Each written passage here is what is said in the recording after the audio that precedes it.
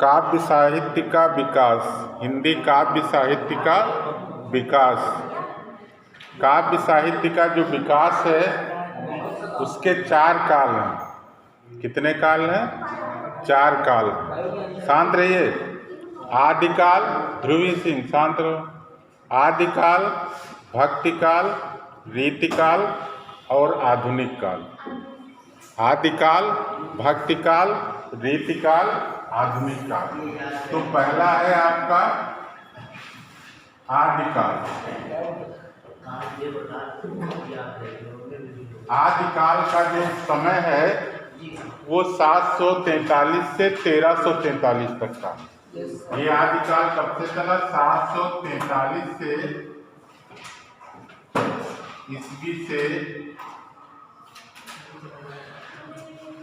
1343 ईस्वी तक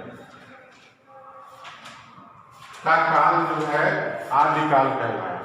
यानी आदिकाल जो है 743 ईस्वी से शुरू होता है और 1343 ईस्वी तक चलता है आदिकाल। ये हिंदी काव्य साहित्य का पहला काल है। ये माना जाता है जो कविताओं का चलन शुरू होता है हिंदी साहित्य में। हिंदी साहित्य में सबसे पहले जो है कविता बनी, जो गद्य बाद में आया। यानी पद्य या काव्य जो है पहले बना, गद्य बाद में आया। तो कविता शुरुआत हो गई थी काव्य की लिखने की 743 ईस्वी। कहते हैं कि पहले जो है कवि हुए जिनका नाम था सरहप्पा। क्या था? सरहप्पा। इसके जो है पहले जो कवि थे उनका नाम था सरहप्पा। यानी सरहप्पा ने जो है काव्य की शुरुआत की थी। इनकी रचनाएं कोई ग्रंथ के रूप में नहीं थी, फुटकर रूप में थी। यानी फुटकर रूप में इन्होंने काव्य की शुरुआत की। तो ये पहला काल था आदिकाल। तो आदिकाल जो है ये हिंदी काव्य साहित्य का पहला काल। दूसरा काल आता है भक्तिकाल। क्या था? भक्तिकाल। भक्तिकाल की जो शुरुआत होती है सन 1343 ईस्वी से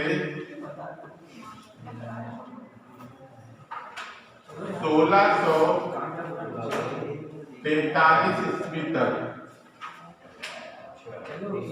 यानी 1343 ईस्वी से 1643 ईस्वी तक का काल जो है ये भक्ति काल कहलाता है। फिर इसके बाद आता है तीसरा आता है रीतिकाल। क्या आता है? रीतिकाल। रीतिकाल जो है 1643 ईस्वी से सन 1643 ईस्वी से 1843 ईस्वी तक। यानी ये जो है रीतिकाल शुरू होता है। यानी रीतिकाल सन 1643 ईस्वी से 1843 ईस्वी तक का काल जो है रीतिकाल कहता है। फिर चौथा है आधुनिक काल। क्या है? आधुनिक काल। दोबारा इसे जो है पढ़ा रहे हैं। आधुनिक काल ये है सन 1843 ईस्वी से आज तक। ये कौन सा काल चल रहा है? आधुनिक काल। हिंदी काव्य साहित्य का आधुनिक काल। फिर इसमें अलग अलग काल हैं, अलग अलग भाग हैं। तो पहला है आपका आदिकाल, दूसरा है भक्तिकाल, तीसरा है रीतिकाल और चौथा है आधुनिक काल। आदिकाल शुरू होता है 743 ईस्वी से 1343 ईस्वी तक। भक्तिकाल शुरू होता है 1343 ईस्वी से 1643 ईस्वी तक। रीतिकाल शुरू होता है 1643 ईस्वी से 1843 ईस्वी तक। और आधुनिक काल है जो शुरू होता है सन 1843 ईस्वी से आज तक। तो पहला है आपका आदिकाल। आदिकाल कहते हैं, आदिकाल को अन्य नामों से भी जाना जाता है। अन्य नाम क्या है? आदिकाल को प्रमुख रूप से सिद्ध सामंत काल भी कहा जाता है। क्या कहा जाता है? सिद्ध सामंत काल, यानी इसे सिद्ध सामंत काल के नाम से भी जानते हैं आदिकाल को। इसके अलावा आदिकाल को अपभ्रंश काल भी कहा जाता है। क्या कहा जाता है? अपभ्रंश काल। आदिकाल को वीर गाथा काल भी कहा जाता है। आदिकाल को रासो काल भी कहा जाता है। क्या कहा जाता है? रासो काल। तो इसका प्रमुख जो दूसरा नाम है वो है वीर गाथा काल। क्या है? वीर गाथा काल। वीर गाथा काल इसे क्यों कहा जाता है? वीर गाथा काल।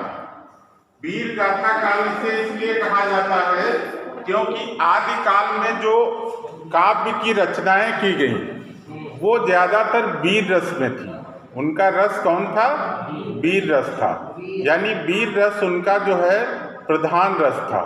इसीलिए इसे वीर गाथा काल भी कहते हैं। क्या कहते हैं? वीर गाथा काल। दूसरा इसका एक और नाम है अपभ्रंश काल। अपभ्रंश काल। अपभ्रंश माने होता है बिगड़ा हुआ। हिंदी जो है एक शुद्ध रूप में नहीं थी, यानी शुद्ध रूप में नहीं थी, एक बिगड़े हुए रूप में थी। तो अपभ्रंश माने होता है जो बिगड़ा हुआ काल, यानी हिंदी का जो लेखन शुरू हुआ काव्य में वो शुद्ध रूप में नहीं थी। जिस हिसाब से कविताएं आज लिखी जाती हैं उस तरह से नहीं थी। इसीलिए जो है आदिकाल की एक भाषा बोली गई जिससे कहा गया डिंगल और पिंगल। क्या कहा गया? ये डिंगल और पिंगल, यानी ये हिंदी की एक भाषा है जो आदिकाल की भाषा कहलाई। आदिकाल की भाषा कहा गया कि आदिकाल में जो भाषा थी वो हिंदी ना होके डिंगल और पिंगल थी, यानी डिंगल और पिंगल भाषा का जो है आविष्कार जो है आदिकाल में हुआ था। तो इस प्रकार से डिंगल और पिंगल भाषा। फिर कहते हैं कि रासो काल इसे इसलिए कहा गया, इसमें रासो ग्रंथों की रचना हुई। रासो काल इसे कहा गया, इसमें रासो ग्रंथों की रचना हुई, तो इसलिए इसे रासो काल कहा गया। इसके अलावा कहते हैं आदिकाल में जो है ज्यादातर जो है राजा महाराजाओं से संबंधित कविताएं थी। राजा महाराजाओं की वीरता से संबंधित कविताएं थी।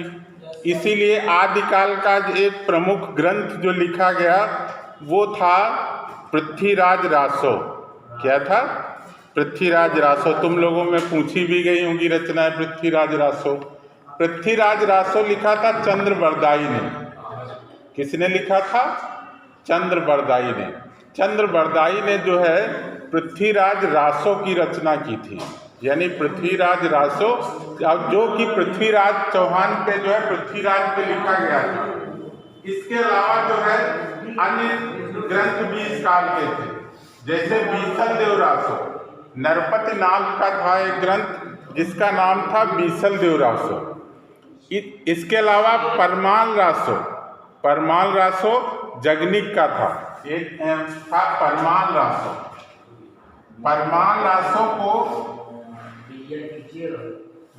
को आलखंड भी कहा जाता है। क्या कहा जाता है? आलखंड। आलखंड जानते हैं क्या? नहीं जानते हो? आल्हा सुना है आप लोग? क्या? आल्हा। आल्हा जो कट कट शीश गिरे धरती पर उठ उठ रुंड करें तलवार, इस तरह से जो गाया जाता है, तो आल्हा नहीं सुना है कभी रेडियो पे या यही तो है। तो प्रमुख रूप से कहते हैं आल्हा, जो आलखंड इसी को बोला जाता है परमाल रासो का। ये लिखा था जगनिक ने। किसने लिखा था? जगनिक। जगदीश ने नहीं, जगनीत ने लिखा था। जगनीत ने तो जगनीत नहीं, जगनिक ने लिखा था परमाल रासो। तो इस मतलब काल में पृथ्वीराज रासो, परमाल रासो, बीसल देव रासो या विजयपाल रासो, नल्ल सिंह का जो विजयपाल रासो लिखा गया। तो ज़्यादातर जो है इस काल की जो रचनाएं थी वो रासो ग्रंथ थे। कौन से ग्रंथ थे? रासो ग्रंथ थे। तो इसीलिए इसे रासो काल भी बोला गया। क्या बोला गया? रासो काल। इस काल में जो कविताएं लिखी जाती थी वो ज़्यादातर जो है वीर रस की कविताएं थी, या कह लीजिएगा राजा महाराजाओं पर कविताएं लिखी जाती थी। लोग राजाओं महाराजाओं की प्रशंसा में कविताएं लिखते थे। उस समय का जो काल था वो प्रमुख रूप से राजा महाराजाओं का काल था। ज़्यादातर जो शासन व्यवस्था होती थी उसके जो है प्रमुख राजा महाराजा लोग होते थे। उस समय मनोरंजन के कोई साधन नहीं थे, जैसे आजकल तुम लोग मोबाइल लिए हो, ये सब लिए हो, ये सब कुछ नहीं था। रेडियो तक नहीं था, टेलीविज़न तक नहीं था, ये भी बहुत बाद में अभी आया। तो उस समय जो है मनोरंजन के कोई साधन नहीं थे। तो मनोरंजन के लिए जो राजा महाराजा लोग होते थे अपने राज्य में कवियों की नियुक्ति करते थे। किसकी नियुक्ति करते थे? कवियों की। और वो कवि लोग कविता सुनाने का काम करते थे जिससे उनका मनोरंजन करते थे। तो वीर रस की कविताएं इसलिए उनकी वीरता का वर्णन करते थे। ज़्यादातर जो है उनकी जो है वीरता का वर्णन जो है किया जाता था, यानी राजा महाराजाओं की वीरता का। तो वो उन्हें आश्रय देते थे, उनका घर चलाते थे, उनको पैसा देते थे, इसलिए उनकी वीरता का बखान जो है इस काल में जो है कवि लोग जो है करते थे। तो कहते हैं इसीलिए आश्रयदाता राजाओं की वो लोग प्रशंसा करते थे। जो आश्रयदाता राजा लोग होते थे उनकी वो क्या करते थे? प्रशंसा करते थे।